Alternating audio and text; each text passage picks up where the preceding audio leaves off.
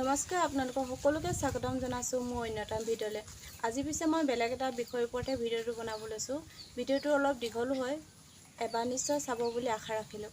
কৌশল উলিয়াইছে না যোন আমাৰ প্ৰধানমন্ত্ৰীয়ে তাৰ ফলত মানে আমাৰ যোনটো নিবনুৱা দৰিদ্ৰ সীমাৰেখাৰ তলত যিবোৰ ল'ৰা ছোৱালী আছে এনেই থাকে ন, যিবোৰ বেকাৰো ঘূৰি ফুৰে, সেইটো কাৰণে চৰকাৰে এটা নতুন আঁচনি উলিয়াই দিছে মানে যাতে সিহঁতে এনেও ঘূৰি নাথাকক, তাই সিহঁতে 2 পইচা ইনকাম কৰক। সেইটো প্ৰথম সেইটো কাৰণে 3 মাহ কৰ্চটো 3 মাহ ট্ৰেইনিংটো আমাৰ সোণাৰীত দিয়া হয়।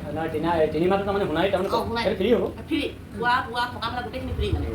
তাত 3 মাহ থাকি আকৌ 6 মাহৰ কাৰণে মানে যাক যেনেকৈ তেতিয়া আমাৰ ছোৱালীবোৰৰ কাৰণে তামিলনাডু পঠিওৱা হয় আৰু ল'ৰাবোৰৰ যোনটো চেণ্টাৰ আছে সিহঁতক বেংগলোৰত দিয়া হয়, বেংগলোৰ আৰু হায়দৰাবাদ 2টা চেণ্টাৰ। ল'ৰাবোৰৰ কাৰণে হেৰি কৰা আছে, এইটো ইলেক্ট্ৰিচিয়ান আৰু ডাটা ফিডাৰ বুলি এটা কোৰ্চ আছে, সেইটো কৰা হয়। আৰু পঢ়াটো হ'ল ল'ৰাবোৰৰ এইটো ডাটা ফিডাৰ ইলেক্ট্ৰিচিয়ানৰ কাৰণে মিনিমাম 10 পাছ লাগিব, আৰু ছোৱালীবোৰৰ চুইং মেচিনটো তাৰ 8 পাছ হ'লে হ'ল। 8 পাছৰ পৰা এইবিলাক যিমান আৰু কিছুমান BA পাছ কৰা ছোৱালীও থাকে। এতিয়া এনে আমি 8 পাছ কৰি আমি কিবা পাওঁ জানো?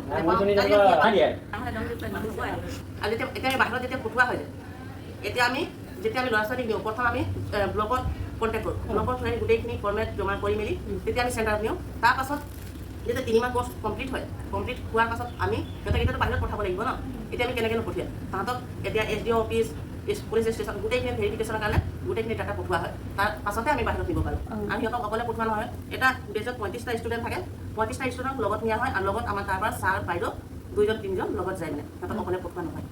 আৰু যদি কোনোবা পঠাব বিচাৰে তেনেকৈ ছোৱালী বা ল'ৰাই আমাক কণ্টেক্ট কৰিলে হ'ল। মোৰ নাম জস্মি সোণা, মোৰ মোবাইল নাম্বাৰটো হৈছে 6001752967। আৰু আমাৰ চৰাইদেউ স্কিল টেষ্টটো আপোনালোকে ফ'ল' কৰি দিব, আৰু তাত চাব পাৰিব তাত কেনেকৈ মানে প্ৰশিক্ষণ দিয়া হয়।